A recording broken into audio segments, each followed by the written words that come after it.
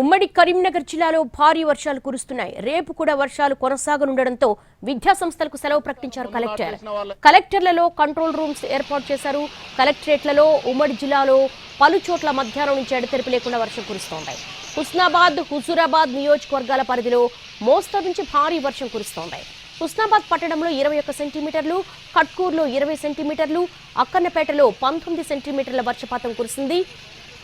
మోతా తుఫాను అలజడి సృష్టిస్తోంది. వరి, పత్తి పంటలకు కోలుకోలేని దెబ్బ తగిలింది. ఉమ్మడి కరీంనగర్ జిల్లా వ్యాప్తంగా కూడా భారీ నుంచి అతి భారీ వర్షాలు కురుస్తున్నాయి. రేపు కూడా వర్షాలు కొనసాగనుండడంతో ఇటు వరంగల్, హన్మకొండకు రెడ్ అలర్ట్ జారీ చేశారు. దాదాపు 60 నుంచి 70 కాలనీలు నీట మునిగాయి. రేపు పాఠశాలలకు సెలవులు ప్రకటించారు. కలెక్టరేట్లలో కంట్రోల్ రూమ్స్ ఏర్పాటు చేశారు.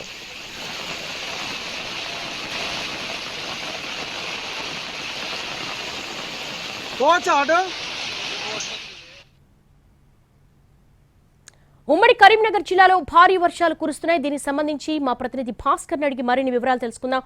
భాస్కర్, మరో 24 గంటలు రెడ్ అలర్ట్ జారీ చేశారు. ఈ నేపథ్యంలో ఎన్ని కాలనీలు నీట మునిగే అవకాశం ఉంది? కంట్రోల్ రూమ్లకి ఏమైనా ఫోన్స్ వస్తున్నాయా?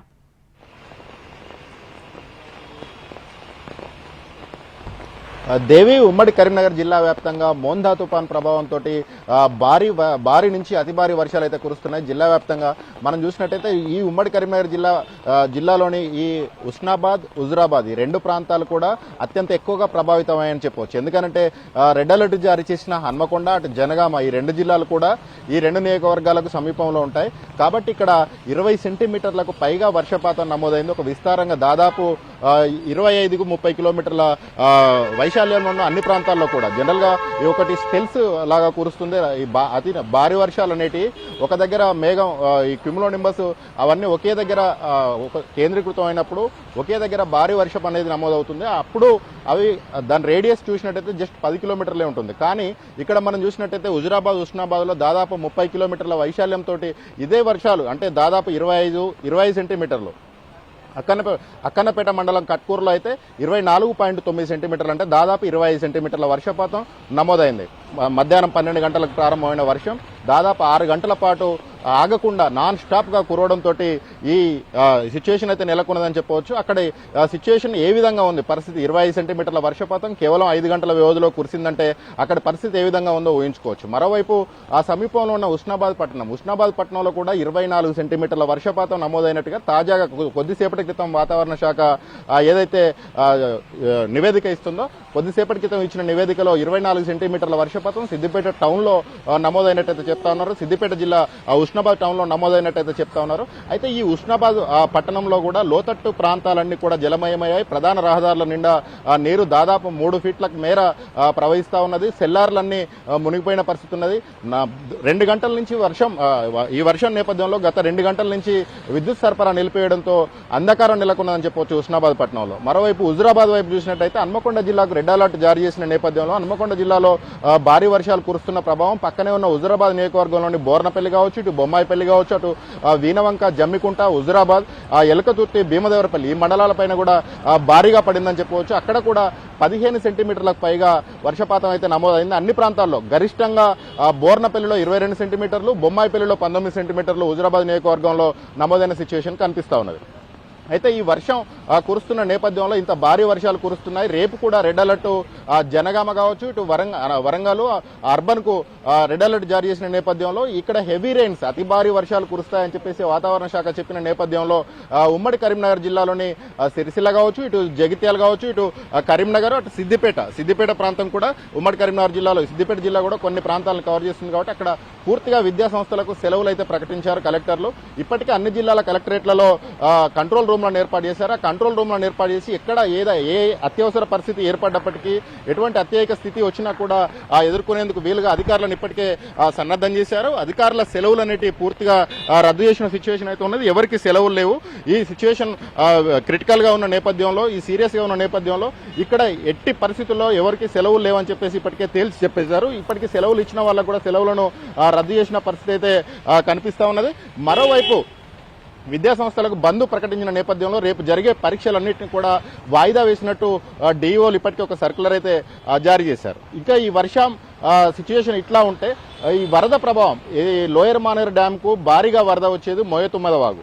ఈ మోయతుమ్మెద వాగుకు పెద్ద ఎత్తున వరద రావడంతో సాయంత్రం 4:30కు గేట్లను ఓపెన్ చేసిన అధికారులు అప్పుడు 5,000 క్యూసెక్లను మాత్రమే ఇన్ఫ్లో అవుట్ఫ్లోను బయటికి వదిలారు. కొన్ని గంటల వ్యవధిలోనే దాదాపు ఒక 2 గంటల వ్యవధిలోనే ఆ అవుట్ఫ్లోను 20,000 క్యూసెక్లకు చేర్చారు. 20,000 క్యూసెక్లు దాదాపు 10 గేట్లను 3 ఫీట్ల మేర ఎత్తి 20,000 క్యూసెక్ల వరదను కిందకు పంపిస్తా ఉన్నారు. మోయతుమ్మెద వాగు ఉధృతంగా ప్రవహించే అవకాశాలున్నాయి. ఎందుకంటే ఉస్నాబాదు, అక్కన్నపేట, ఈ హుజురాబాద్లోని కొన్ని ప్రాంతాల నుంచి ఈ మోయతుమ్మెద వాగు అనేది ప్రారంభం అవుతుంది.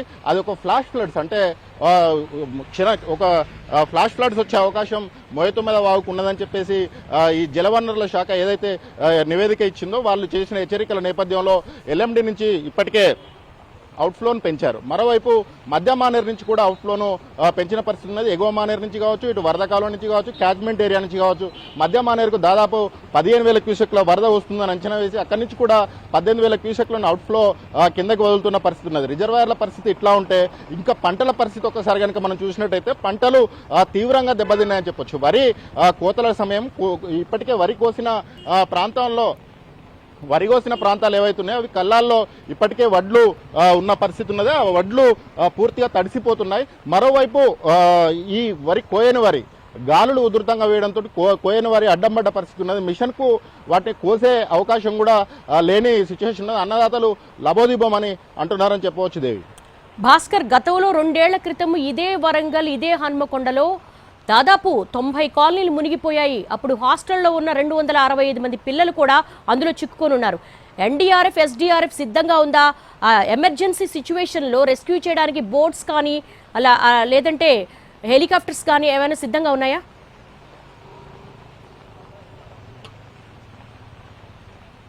ఎటువంటి పరిస్థితినైనా ఎదుర్కొనేందుకు సిద్ధంగా ఉన్నామని చెప్పేసి ఇప్పటికే మంత్రులు కూడా ప్రకటించి ఉన్నారు. అటువైపు కలెక్టర్లు కూడా అదే విషయాన్ని అయితే స్పష్టం చేశారు.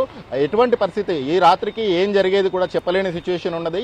మరొకసారి రెడ్ అలర్ట్ జారీ అయిన నేపథ్యంలో ఇప్పటికే 20 సెంటీమీటర్లకు పైగా వర్షపాతం నమోదైంది.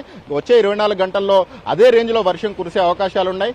ఈ నేపథ్యంలో ఎప్పుడు ఏ క్షణాన ఏం జరుగుతుందో తెలియని సిచ్యువేషన్ ఉంటుంది. కాబట్టి ఇప్పటికి అధికార యంత్రాంగం అటు విపత్తు నిర్వహణ శాఖ కావచ్చు, ఇటు రెవెన్యూ యంత్రాంగం కావచ్చు కంప్లీట్ గా ఎప్పటికప్పుడు అప్రమత్తంగా ఉన్నారు. గ్రామాల్లో పరిస్థితి ఏ విధంగా ఉంది, మండలాల్లో పరిస్థితి ఏ విధంగా ఉంది, ఇటు పట్టణాలు, నగరాల్లో పరిస్థితి అయితే లోతట్టు ప్రాంతాల్లో పరిస్థితి అయితే భయానకంగా ఉందని చెప్పవచ్చు. చిన్నపాటి వర్షానికే జలమయమయ్యే కాలనీల్లో 20 సెంటీమీటర్ల వర్షపాతం అంటే అది ఒకసారి ఊహించుకోవచ్చు. మనం 20 సెంటీమీటర్ చిన్నగా 1-2 సెంటీమీటర్ల వర్షం పడ్డప్పుడే ఆ రోడ్లపైకి నీళ్లు వస్తుంది. మనం విజువల్లో గమనించవచ్చు. ఇక్కడ ఒక 2 గంటల నుంచి వర్షం పడుతుంది. కరీంనగర్ టౌన్లో 2 గంటల నుంచి వర్షం పడుతున్న నేపథ్యంలో లోతట్టు ప్రాంతాలు జలమయమయ్యాయి. మరోవైపు రోడ్లపైకి నీళ్లు వచ్చి ఒక చిన్నపాటి కుంటను తలపిస్తా ఉన్నది రోడ్డు ఇది. ఈ రోడ్లన్నీ కూడా పూర్తిగా జలమయమయ్యాయి. ఎడతెరిపి లేకుండా వర్షం కురుస్తుంది. ఈ రాత్రికి కూడా వర్షం కురిసే అవకాశం ఉన్న నేపథ్యంలో గత అనుభవాలను దృష్టిలో ఉంచుకొని గతంలో కాలనీలు నీట మునిగాయి, ఇళ్లన్నీ సర్వం కోల్పోయిన పరిస్థితి ఉన్నది. లోతట్టు ప్రాంతాలు, మురికివాడల ప్రజలు నిరాశ్రయమైన సిచ్యువేషన్ ఉన్నది. ఎటువంటి ఆపద వచ్చినా కూడా తట్టుకునేందుకు వీలుగా అధికార యంత్రాంగం అయితే సిద్ధంగా ఉన్నారు. మరోవైపు ప్రజలైతే బిక్కుబిక్కుమంటూ ఒక ఆందోళనలో ఉన్నారని చెప్పవచ్చు. ఇంత రేంజ్లో వర్షం, ఇది తుఫాను ఎఫెక్ట్ తోటి ఇంత రేంజ్లో వర్షం కురవడంతో ఏ క్షణాన ఏం జరుగుతుందో అర్థం కాని పరిస్థితి అయితే నెలకొన్నదని చెప్పవచ్చు. మరోవైపు ఈ పంటలకు సంబంధించి పత్తి పంట పూర్తిగా నష్టపోయినట్టే చెప్పవచ్చు. ఎందుకంటే గత నెలలో కురిసిన వర్షాలకు అప్పుడు పడ్డ కాయలన్నీ మురిగిపోయి అవి ఏమాత్రం పనికి రాకుండా అయిపోయాయి. కొండో కచ్చో 1-2 కాయలు అవి ఉండి ఇప్పుడు పగులుతున్న నేపథ్యంలో ఈ భారీ వర్షాలకు పత్తి పూర్తిగా దిగుబడి పైన తీవ్ర ప్రభావం పడే అవకాశాలు లేదు. మరోవైపు కోయని వరి ఒక 50% వరి మాత్రమే కోసారు ఈ కాలువల కింద సాగైన ప్రాంతాల్లో. మరోవైపు ఈ కోసిన వరి ఏమో కళ్ళాల్లో నానుతుంది. ఇది మొలకెత్తే అవకాశం ఉంది, రంగు మారే అవకాశం ఉంది. అష్ట కష్టాలు పడి 6 గాలను శ్రమించి యూరియా కొరతను తట్టుకొని అటువైపు వర్షాలను తట్టుకొని పెట్టుబడి పెట్టి వేలల్లో పెట్టుబడి పెట్టిన రైతన్నలు ఇటు వరి ధాన్యం తడవడం, అటు చేలల్లో ఉన్న